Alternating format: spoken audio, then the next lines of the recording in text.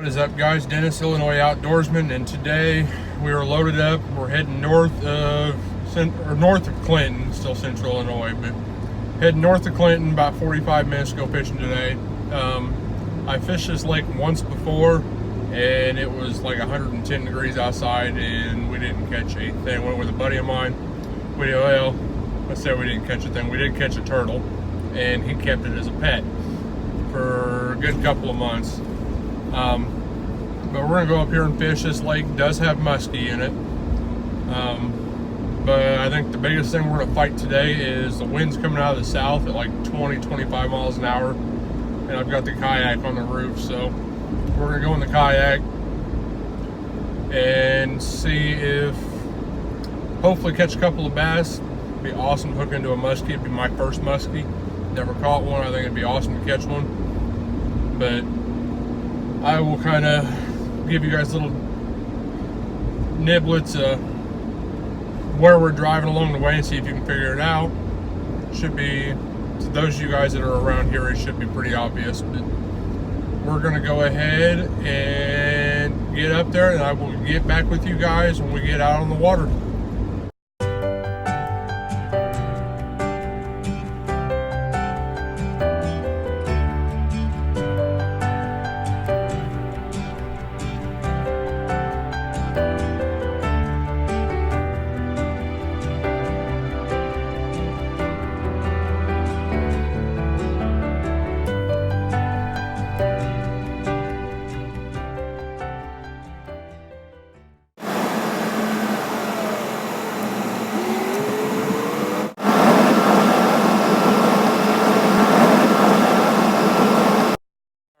What's up? It's Illinois Outdoorsman, and we are out here on the water, and today we are fishing Evergreen Lake right north of Bloomington, west of Hudson.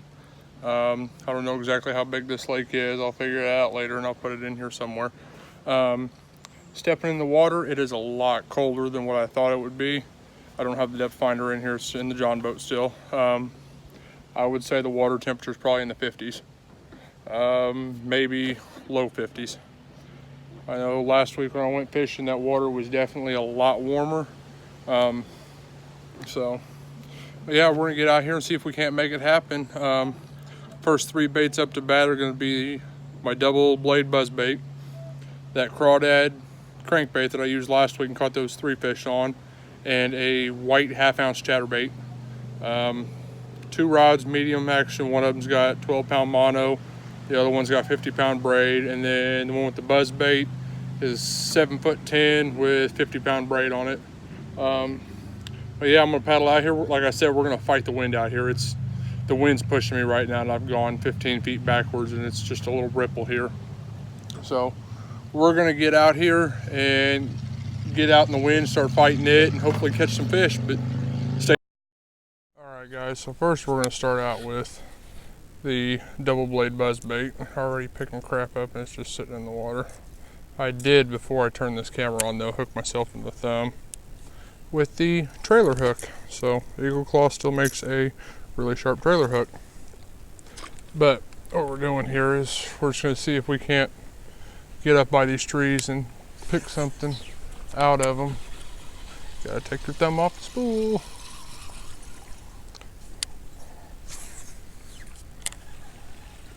And like I said, there is muskie in here, so I don't know.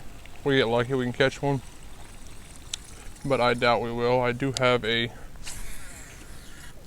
pike lure. Fall off there. Into the next one. Oh, come on.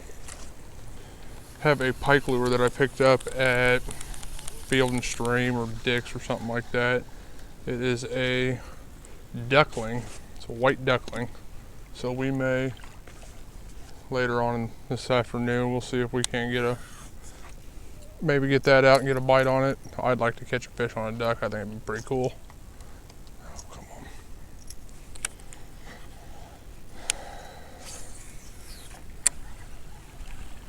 These bugs are horrible.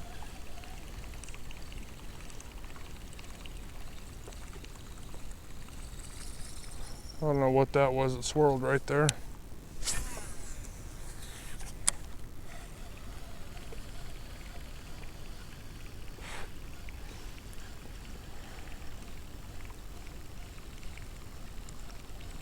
And guys, I don't know. Didn't even look up a depth map for this lake, any structure. So I'm just visual fishing. I don't know anything bottom wise, how deep we're sitting. I don't know any of that right now. So I could be sitting in 40 feet of water, who knows. But it's out of the wind. I left the boat ramp, which is 100 yards behind me, and got swept down to the next cove, which is about 3 feet deep, full of geese. And about 3 seconds, that wind caught me and just took me for a ride. So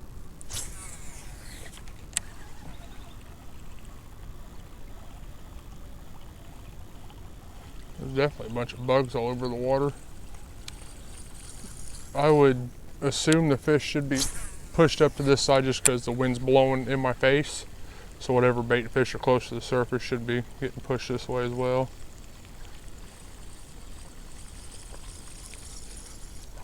I really do wish I could stand in this kayak and fish. I can stand up in it, but it's not stable enough for me to fish out of too. And I'm not the greatest left-handed caster. So instead of showing you guys a video on how to ball up a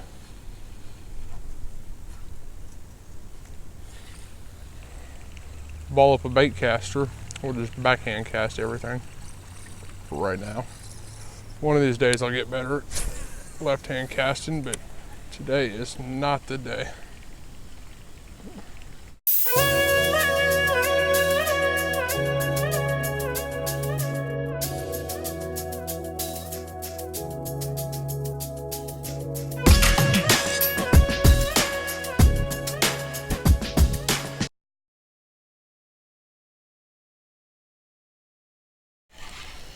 Holy crap, you guys, I just hooked into a giant ass muskie on a jig.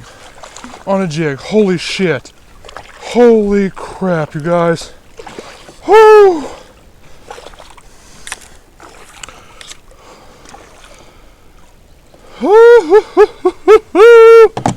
This is that jig I got from a subscriber, you guys, and this is awesome.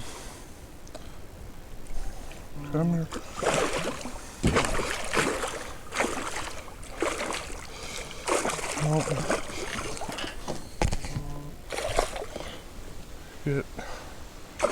Get that line out of your mouth.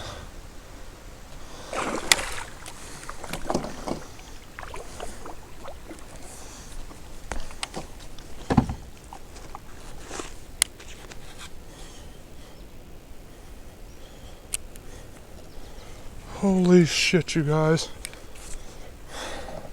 Come on. Pardon my language, you guys. This is my first muskie. I hope to God I land him.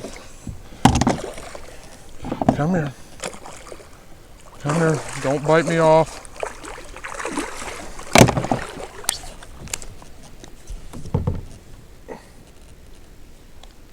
Don't bite me off. I just got a big old backlash in here. He has cut the shit out of this.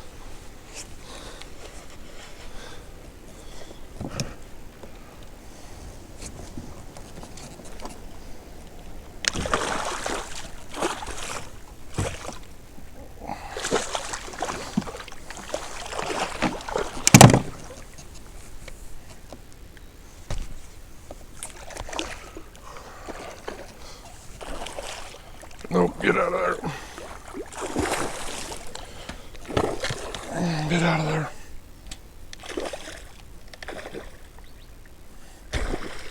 Get out of there. Oh, come on, buddy.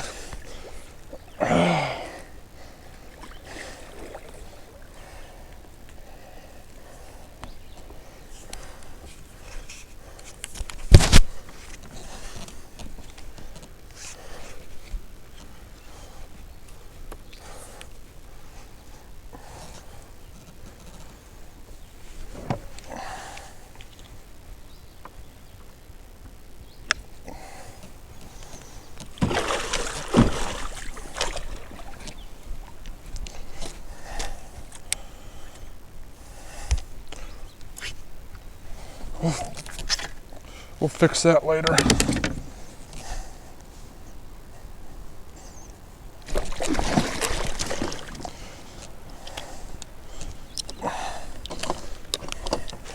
Holy shit, you guys. Look at that. Holy crap. I do not have a scale, but what I do have is a paddle with a tape measure on it. Holy shit, you guys. I don't know how well you guys can see that. Holy crap. Guys, he is 43 inches. Holy crap, 43-inch muskie, you guys. Look at the teeth on him. Holy crap. I am covered in slime.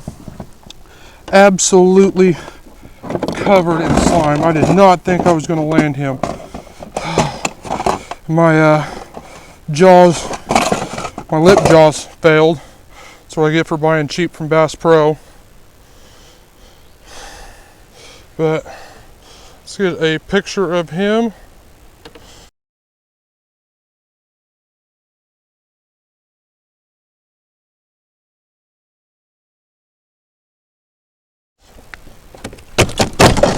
Oh, easy, big guy. Easy.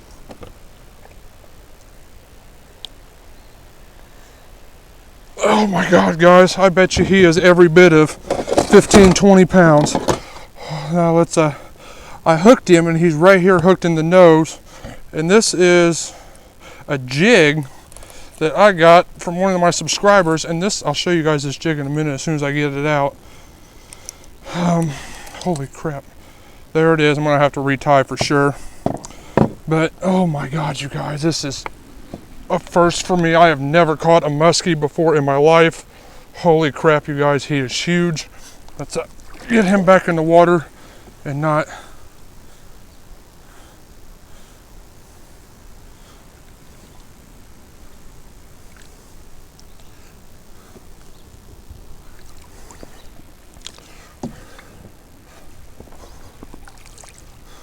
Here we go, we got the tail of him.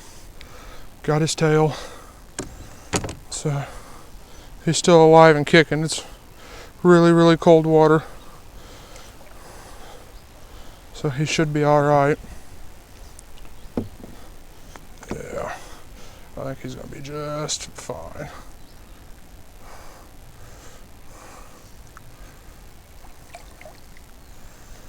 Come on, big boy. He's wore out, I know that. I know that for sure. He's bleeding from his tail, so I don't know what he got hooked on or what he caught. That I'm not sure. But there is a bunch of water in my boat. I mean, his fin and stuff's moving, so.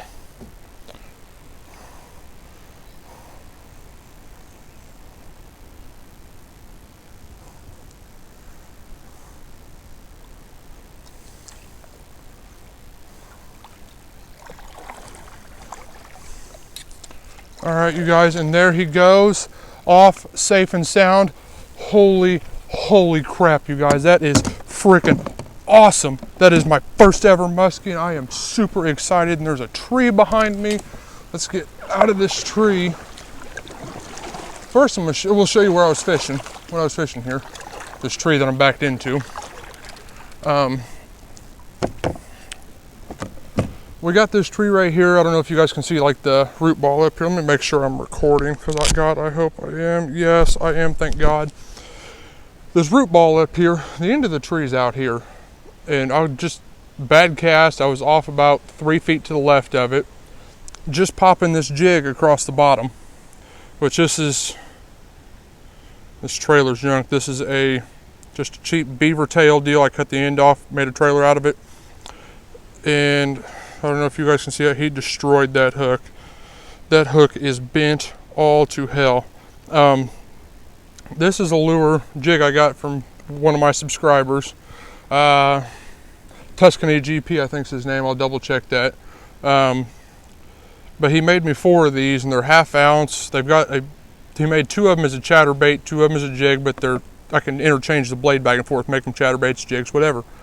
This one I took the chatterbait jig off of, and he makes them with this wide gap hook in it, which was great because that muskie right there, I just hooked him past his teeth, through his nose, and right out the top and gave him a piercing. About this much of the line right here was actually inside his mouth. And what's phenomenal is it went from this jig, so the jig was, this is towards his throat, so the jig was set in there this way, and it sat inside and come out his lip and didn't touch his teeth, which is freaking crazy. But oh my God, you guys, I'm shaking right now. I have never in my life caught a muskie, let alone a 43-inch muskie. Holy crap, dude, that is awesome. I am super stoked now. Yes, yes. I got slime all over the boat. I've got blood all over the boat from his tail. His tail's tore up. But anyway, caught him off that tree and he come out. You can kind of see my trail, as this is kind of still water here. And he had drugged me all the way over to here, back up into that tree back there. Back here in my reel, the drag was set a little tight, so now I've got a mess right here I gotta deal with. I got this giant loop in here because I had clicked the button just to let him have some line so he didn't break me off, because I could see the line was through his mouth, so I didn't want him pulling real hard on it. I was just gonna wear him out. But I will take the loop. This one is worth the backlash for sure, without a doubt. That is awesome. The other thing, you guys, this rod, this is a Quantum Smoke heavy action rod. It's what they call it, million high strand module graphite, 7'10", and it's on a Quantum Nitrous. I think it's 6.4 to 1 or something like that, with 50-pound stealth braid, spider wire stealth braid. That's all I use, and you guys, it has held up without a doubt. Tuscany GP, if you're seeing this, buddy, I'm gonna need some more of them black jigs for sure. Give me a cost on them. That right there, you guys, without a doubt, that wide gap hook in there was what kept that fish, is what hooked that fish. The fact that I could get that hook penetrated all the way through his jaw, and he hit like he was a 2-pound bass. I was just kind of popping this jig off the bottom, and it was just dead weight, and then I felt the tap, so I set the hook. Okay, 2-pound. He didn't fight until he got up here to the boat, and I tried grabbing at him the first time. I first thought it was like a giant drum perch or grass carp or something, because all I saw was silver. And then he got up here and I saw that pointed nose, and oh my God, this is it. So definitely for sure gonna have to get some hooks, you guys. I am so sorry if I'm pointing you at the sun. I hope I'm not, because my camera is a little goofed up right now. So 43-inch muskie, I would say probably 20 pounds. By far the biggest muskie I've caught. It's the only muskie I've ever caught, on a black and blue jig with a pumpkin and purple, I don't know, what do you call it? A creature bait. Brain fart. Yeah, just a creature bait as a trailer. I cut a little bit off of it just to fit it in there.